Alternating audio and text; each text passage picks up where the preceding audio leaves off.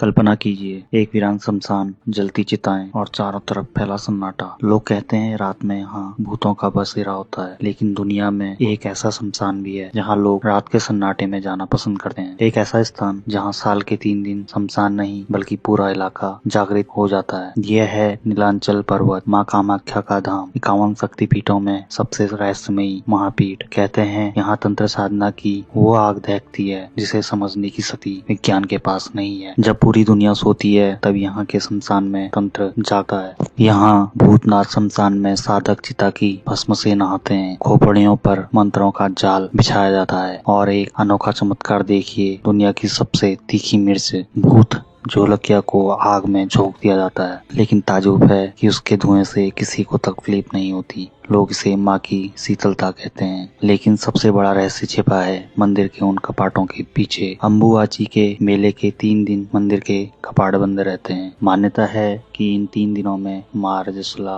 होती हैं। एक सफेद कपड़ा गर्भगृह के भीतर रखा जाता है और जब 3 दिन बाद कपाट खुलते हैं तो वो कपड़ा रक्त रंजित यानी लाल हो चुका होता है। दावे कई हैं, कुछ कहते हैं ब्रह्मपुत्र का पानी इन 3 दिनों में लाल हो जाता है, तो कुछ कहते हैं कि उस वस्त्र से अलौकिक सुगंध आती है जो सालों तक नहीं जाती। पुजारी बताते हैं कि पहले सफेद कपड़ा रखा जाता था, लेकिन अब सुरक्षा और परंपराओं के कारण लाल वस्त्र अर्पित किया जाता है। क्या ये महज एक पौराणिक कथा है या आंखों के सामने घटता कोई देवी चमत्कार? विज्ञान इसे कुदरत की प्रक्रिया मान सकता है, लेकिन भक्तों के लिए यह आधी हकीकत नहीं बल्कि पूर्ण सत्य है। अगर विश्वास है तो माँ का आशीर्वाद है, और अगर तर्क है तो एक अनसुलझा रहस्य। जब पट खुलते हैं तभी दिखता है माँ कामाख्या का रहस्य लोक। अगर आपको जानकारी पसंद आई तो फॉलो कीजिए और कमेंट में लिखिए जय माँ कामाख्या।